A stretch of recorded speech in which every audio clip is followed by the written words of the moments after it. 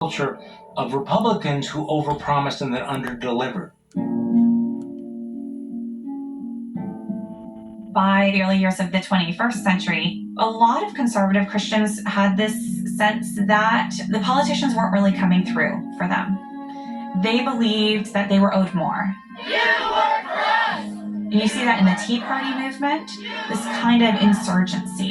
The idea that, Democrats and Republicans aren't all that different. You can't really trust them. Thy kingdom come! You have to take the power back. Thy will be done! And give the power to the people and then force your agenda.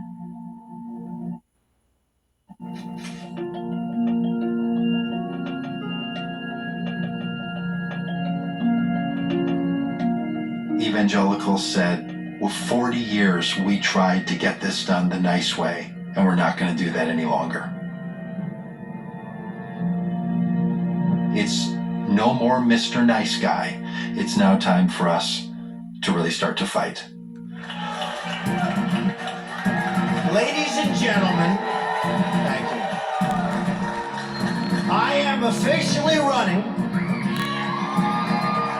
for President of the United States, and we are going to make our country great again.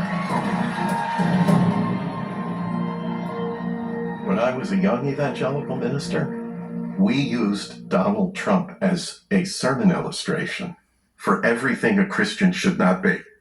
We're going to protect Christianity.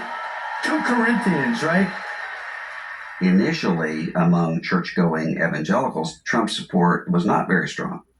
Many Christians saw Trump as deeply flawed. I'm a true believer. Is everybody a true believer in this room?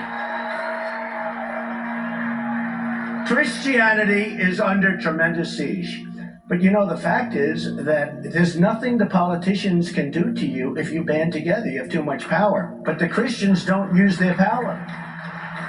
They don't use your power. And honestly, you have, by far, it's the strongest. I mean, you talk about lobbies, you have the strongest lobby ever. But I never hear about a Christian lobby. Thank you, everybody. Before the 2016 election, he invited evangelical leaders to come to New York. And I was invited, I declined, but a lot of my friends were there. And the reports I got out by text, people who were literally texting me in real time from the meeting saying, this is our guy. This is the guy who's going to get it done. We may not like him, but it looks like he's God's man. Donald Trump today came and had a conversation. Now, we don't agree on everything. But one thing he did, he acknowledged the concerns that evangelicals have, and he affirmed those concerns. And he has said it won't happen when I'm president.